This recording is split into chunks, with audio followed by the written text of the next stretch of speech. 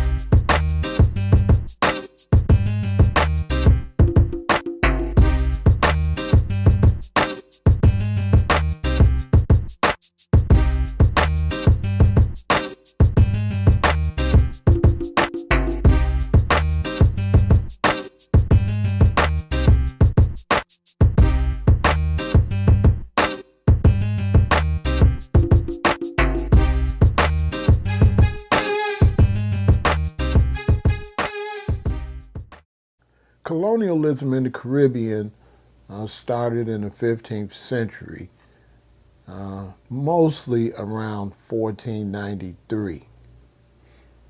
And it was a result of Christopher Columbus landing in the area and claiming it for the Spanish. Now, the Spanish were mostly concentrating on conquering the Inca and the Aztec in South and Central America. But the Caribbean islands were very strategic for them to travel back and forth across the ocean. So the Caribbean really suffered a lot because of these travels back and forth and because of the conquest in South and Central America by the Spanish people.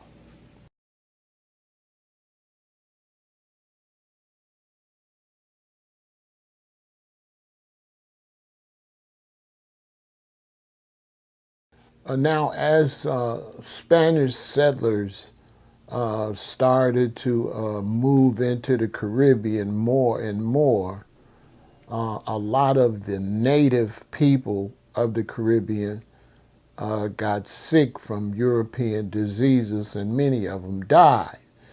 And because so many of them died, the Spanish decided to pull out. And this is when you have the French and the British starting to come into the area really heavily in the 1600s, like 1620s through 1630s. And they started to come into the area heavily.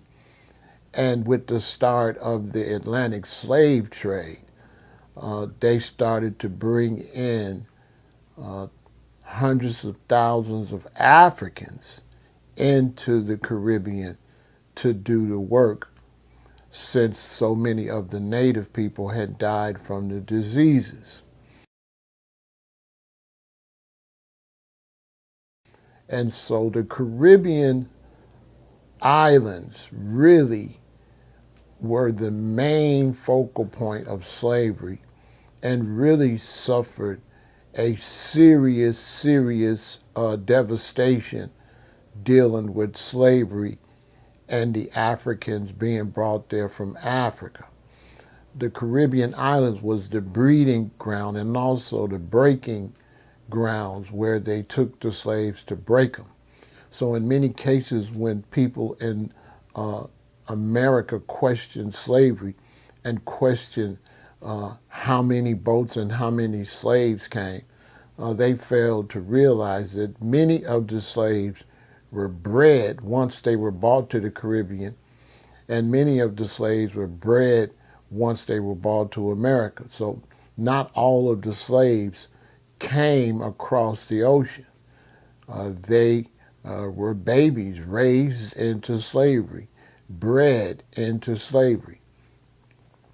And the Caribbean was a main place for this to happen, all through, Trinidad, Tobago, Jamaica, all over the Virgin Islands, St. Croix, where the Danes were down there doing horrible things to the Maroons to break them. And this went all the way up to Bermuda.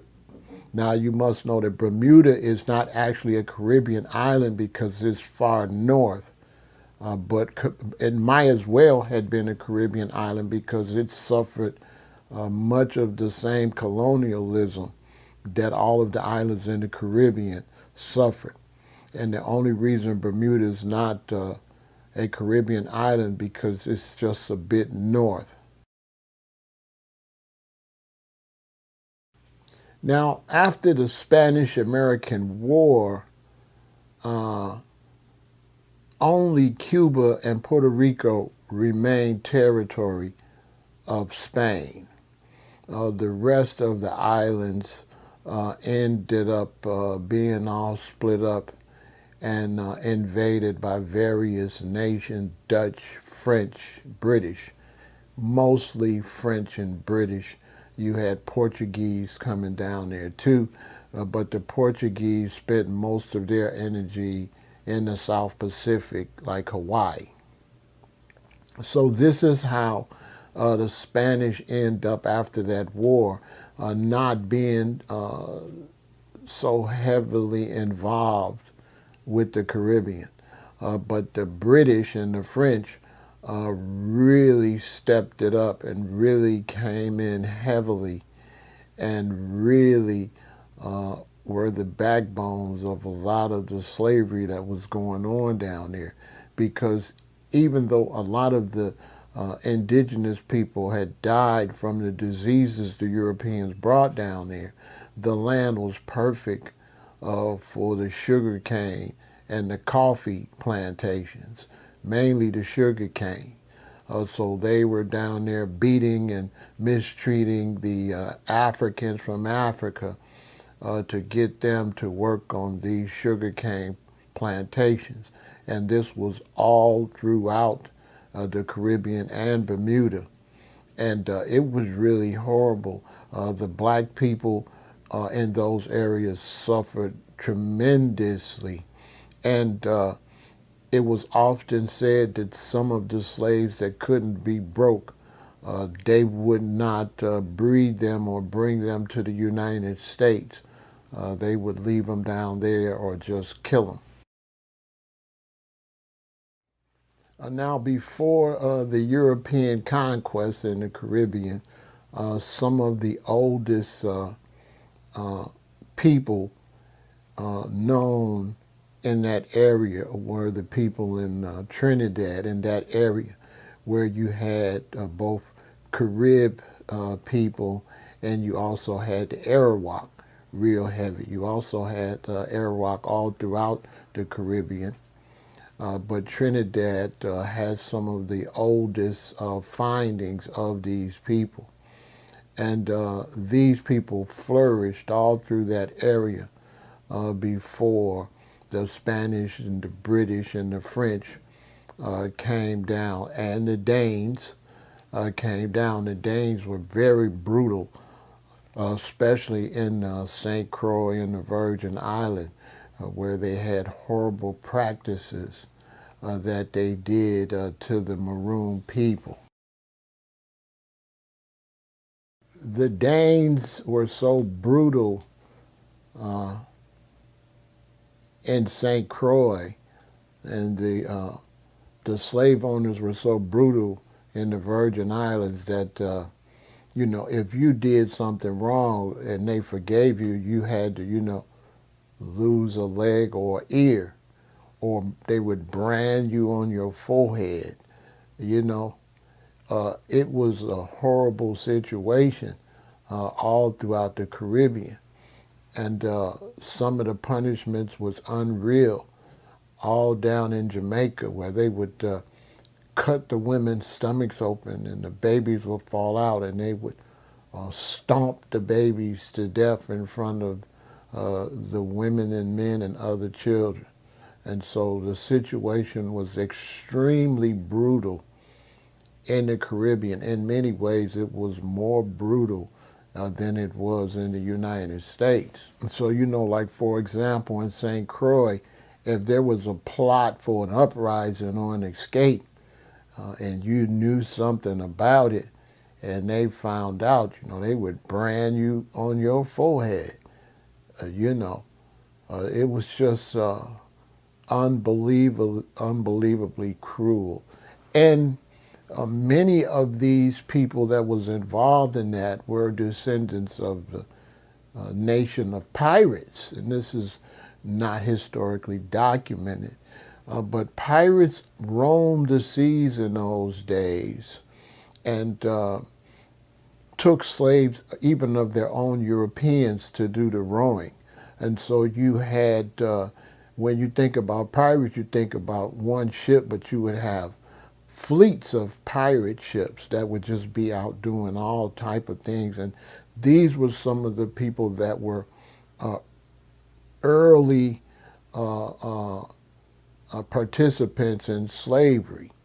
And so the brutality that they had towards their own European people, they just continued that on to the people of the Caribbean, the Arawak people, the Maroons, and all the brothers and sisters that was taken from Africa. Now, one reason things got so crazy is because when the Spanish started taking all the gold from South and Central America from the Aztec and the Incas, then other countries in Europe wanted a piece of the action. So you had people coming from the British coming, you had people coming from the Netherlands, and you had people coming from France. So it was just an all-out race to come and steal from the people in South and Central America. And because the Caribbean was in the path, this what developed the slave trade when they realized that they could grow crops there that they couldn't grow in Europe and then ship them back to Europe. This is way before America got in the game. So the originators of the whole slave trade starts with the Spanish. And this is not taught too much in history, but this is a fact. And the black people, the dark people that lived in the Caribbean, indigenous people, and the brothers and sisters that were brought there in slavery suffered the initial brutality of slavery. Now, although the Spanish tried to control the total area at first in the Caribbean, they mostly focused on the larger islands, Cuba, Trinidad, Puerto Rico, and Jamaica. This is where they focused mostly and did most of the damage. But like I said earlier, because of the plagues and diseases that killed a lot of people, and because of the war, the Spanish-American War, that depleted the forces from Spain. And then that's when you had a big movement with the French and the British, and later the Americans.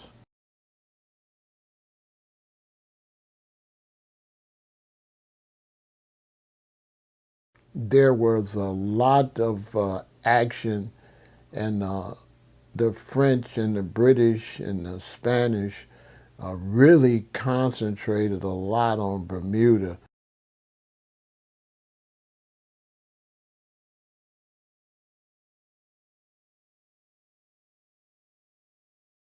Bermuda, quiet as it's kept, was one of the main places that they also wanted to come in and dominate because of the beauty of the place and because of the weather and the climate allowed them to force slaves to grow all types of crops, especially spices that they could take to Europe. In those days, spices and gold were some of the main things people traded for. Tobacco, coffee, sugar.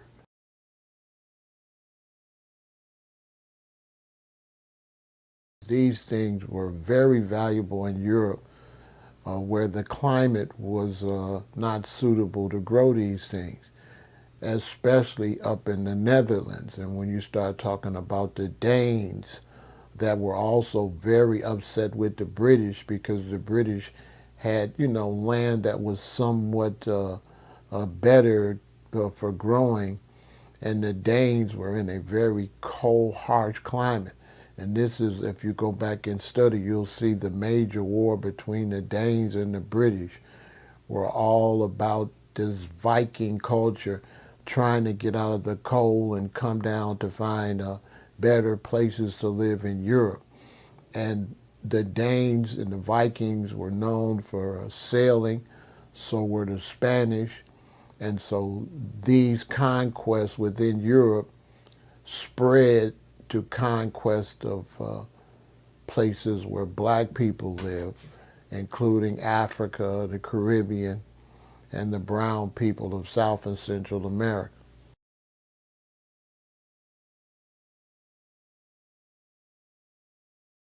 So as more nations came in to get a piece of the pie, the Dutch came in, took over places like Saba, Aruba, St. Martin, St. Croix, Puerto Rico, which they called the Dutch West Indies.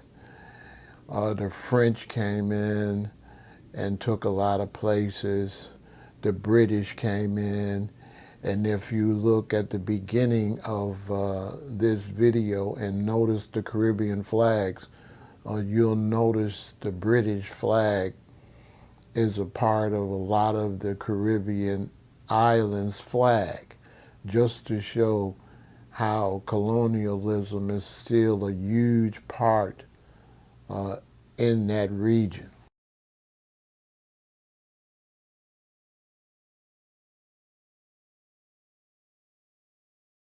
What is known as the U.S. West Indies was controlled by Denmark. It was called the Danish West Indies, which was mostly the Virgin Island.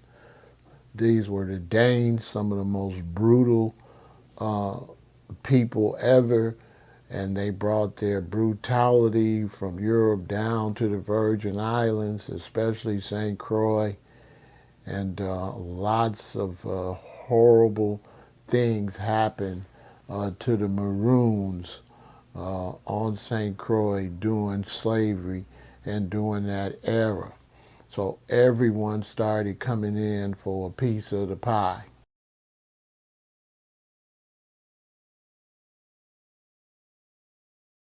So you eventually get to the period where, the French and the Spanish got into a big war. And this is when more confusion happens and more places are switched over from one slave owner to another. So this is how the Caribbean end up split up between so many European nations, because these European nations were going to war over that area. And with the development of agriculture down there, they began to take advantage of the slave trade. And so things just went from bad to worse. It went from terrorizing the indigenous people of these islands to bringing in people from Africa and totally brutalizing them to get them to do the free labor, and so that these European countries could become filthy rich by having free labor and not having to pay for labor. So when you look at the wealth of America and Europe, all of that wealth was built on the backbones of destroying people, killing people, and taking their land, and for, decades and decades of free labor.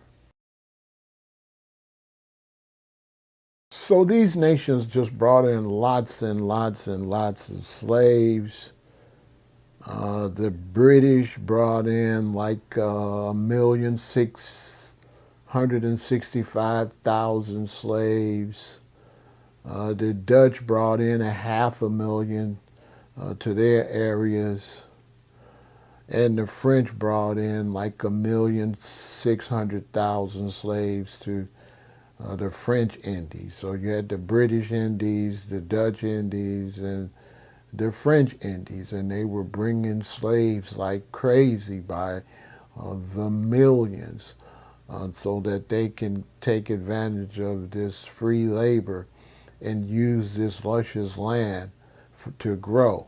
And they had to bring the slaves in because when the Spanish came in, as I said earlier, the indigenous people got sick from the diseases and were dying off in large numbers. And so the land didn't have enough people to work the land, so they brought in Africans to do the work.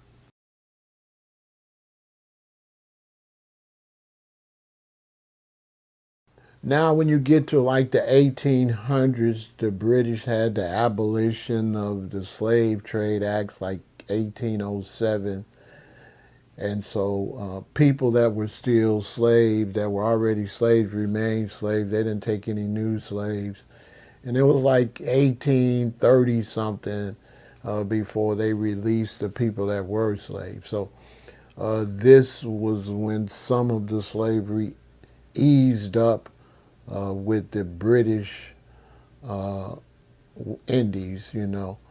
But many of the slave owners, quiet as it's kept, didn't abide by those rules.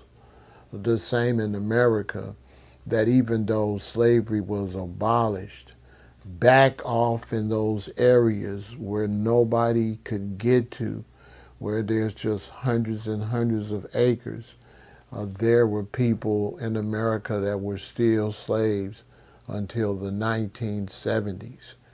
And there's a sister called the Slave Doctor. You can go watch documentaries on that. That a lot of the people didn't know slavery was over until they started hearing about Martin Luther King and the Civil Rights Movement. So you can only imagine just how long people suffered under slavery in the Caribbean and in these farm areas south in the United States. And I wouldn't be a bit surprised if people are still in slavery in many of these places. So in Europe, sugar was a luxury before the 18th century. And after so many people were abused and forced to work in the Caribbean, in the sugarcane fields, then sugar slowly became a necessity in Europe from so much of this free labor and so much of these goods. They're basically stolen because the people are stolen, forced to work. They're not paid, and so everything you harvested was stolen. So when you look at these huge sugar companies, they owe the people in the Caribbean and the black people in the United States, they owe them reparations for the sugar that built these companies. And this is a major problem in the world, that many banks and many companies that grow coffee and tobacco and sugar and cotton, many of these industries never paid the money back that they got from this free labor.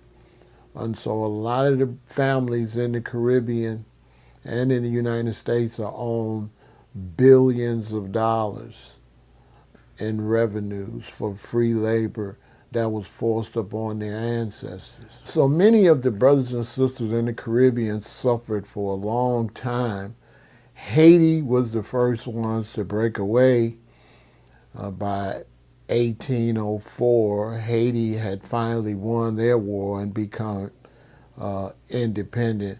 But places like Jamaica and Trinidad didn't get their independence until 1962. And so just look at all that time from the 1400s, people being down there, till the 1900s of just brutality. And so even still today, all through the Caribbean and all up in Bermuda, you can see the effects of colonialism in a white-dominated society upon the indigenous Arawak people and the African people that were brought there as slaves. And the police departments for a long time were brutal and all white.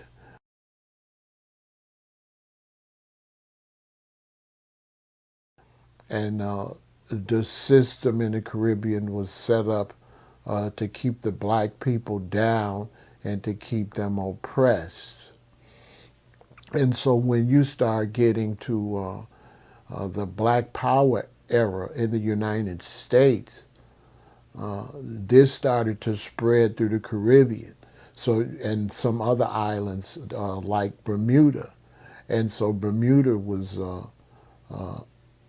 paying attention to what was going on with black people in America, and they began to rise up in the 70s, and you had a group called the Black Beret.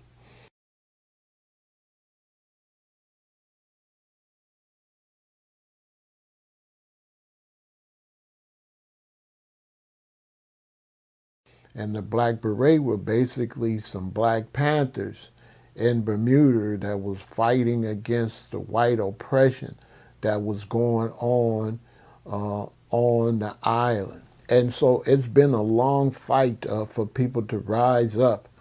And the system is still not balanced correctly all through the Caribbean, Bermuda, Jamaica, Trinidad, all over. There's gang violence because the power is not quite balanced. And what the European nations have done is, instead of openly controlling these islands under the leadership of a country, they've switched their game to controlling it through tourism. And so they're heavily invested into tourism, where they control these various islands. If it's controlled by the French, it's set up for the French people to go there for vacation. If it's controlled by the British, it's set up for the British people to go there for vacation. If it's controlled by the Dutch, it's set up for the Dutch to go there on vacation. And so now the Caribbean islands are controlled through these luxury hotels that are set up really nice on one part of the islands, while the people back in the rural black communities suffer and live nowhere near how they should live. So you can go to a place like Jamaica and you can go to some of the nicest resorts in the world, but then turn around and still have shanty towns and poverty and gang war over economic struggles. So the game in the Caribbean has been flipped, and tourism is now the new forms of exploitation. It's done as far as Hawaii the same way. You know, you can go to Hawaii and you can see the effects of tourism. And on these islands in the Caribbean, the main law that the police uphold is to protect the tourists. They don't protect the citizens. They protect the tourism money and the investment that these Europeans have invested into these islands. So there's a huge imbalance all throughout the Caribbean and in Bermuda, where the people are still under oppression and still under colonialism, but it's done through these fancy airlines and these fancy hotels. If you go to the Caribbean, you will notice these rich people that sail their boats down there and dock their boats and live off the boats and live off of the beauty of the island while the people suffer. And the people have to a lot of times have their little booths or whatever and hustle to sell whatever type of novelties they could sell to the tourists. From the Caribbean all to the South Pacific, these places are set up like zoos where you can go see the people in the Virgin Islands. Oh, go see the people in Jamaica. Go see the Rastas. Go see the reggae. Go to Trinidad, see the people. So they have people there that to make a living are a part of the exploitation. You know, I was watching a commercial, and I'm not going to say from who, but it was one of these tourists where you go on cruises. And the commercial they had for the cruise, it showed all Europeans and whites on the vacation.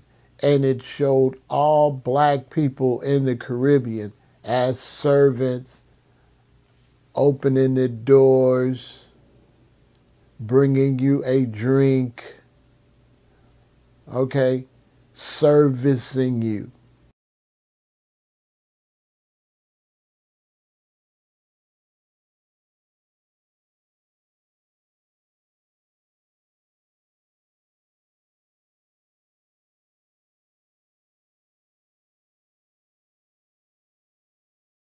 And so they have the black people on these Caribbean islands as servicers. You just service the Europeans.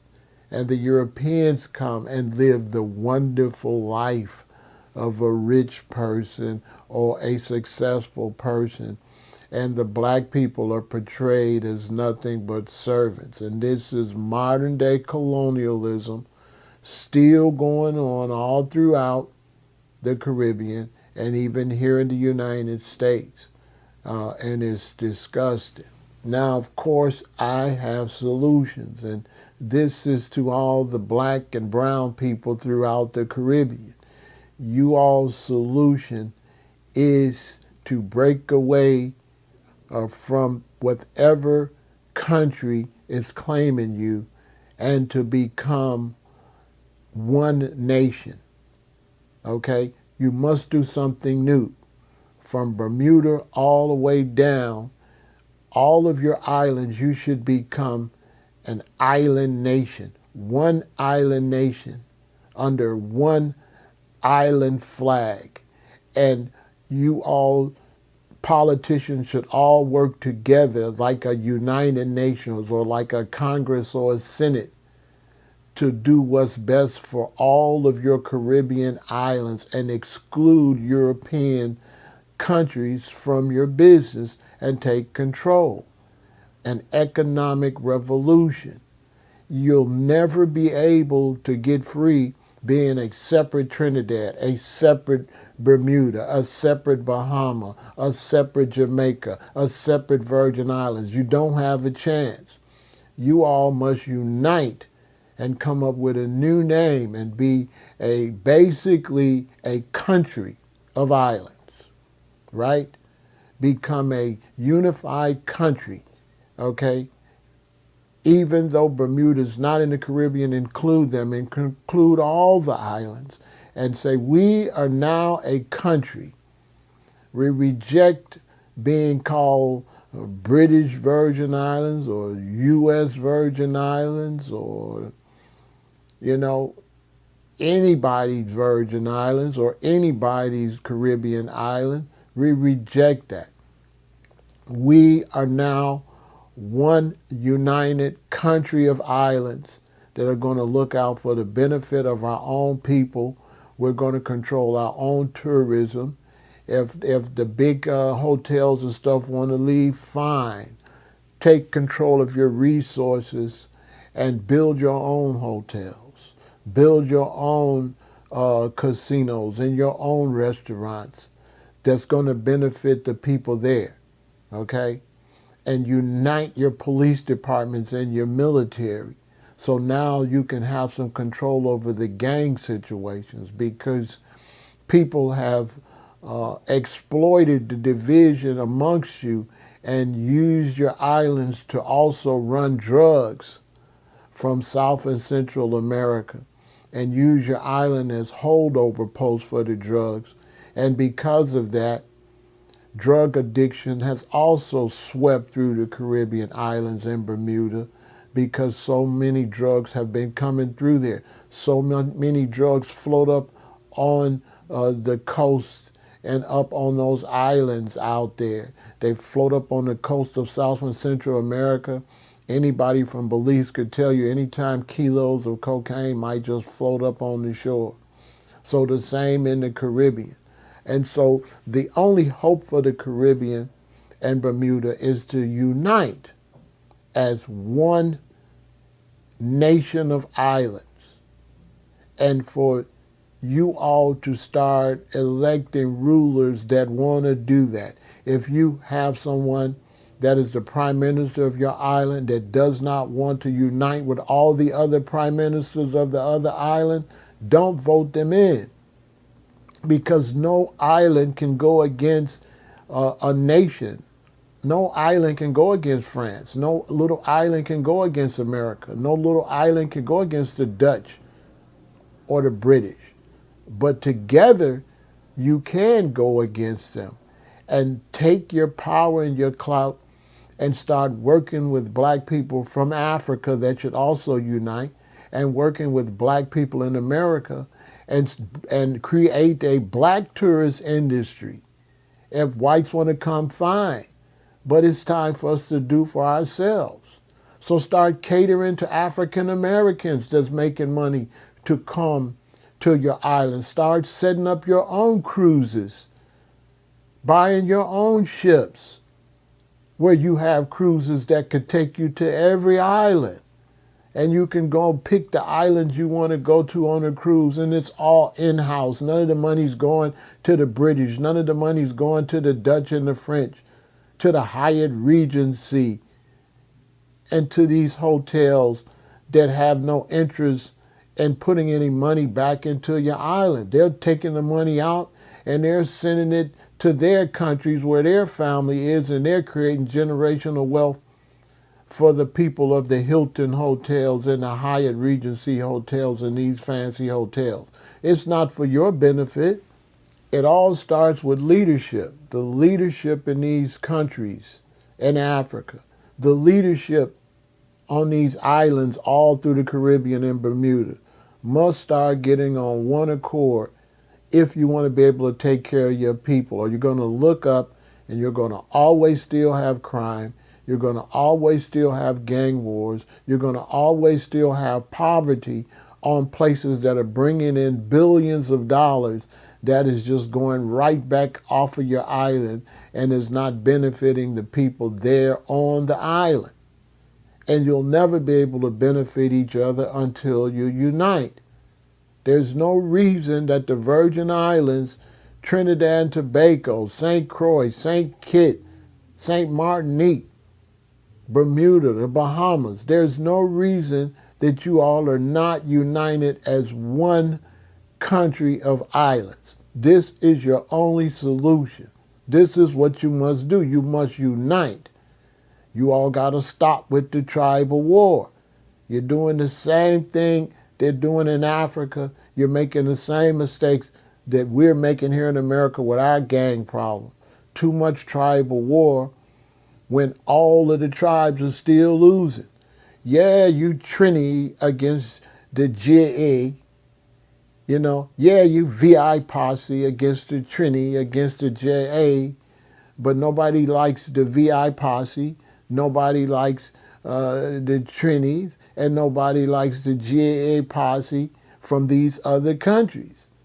And so you can't hate each other when other people hate you too. It's time for Jamaicans and Trinidadians to be like this. Virgin Island brethren like this. Okay? It's time for you all to unite. Or you're going to look up and you're going to have a new colonizer. And China's going to come in and buy you out. Look at Jamaica. Jamaica's being totally sold to the Chinese. There's no need to sell the island to the Chinese when you have so much beauty that people want to see, and you can take control of your own destiny and make that major money off of tourism. So you black people all throughout the Caribbean, unite and take over the black Caribbean, including Bermuda, take over that tourist industry and take care of your people in your islands. And I hope you all enjoyed this video, and I will be back for more, but it's a lot to cover. So stay together, unite, big up yourself, and remember, one God, one aim, and one destiny.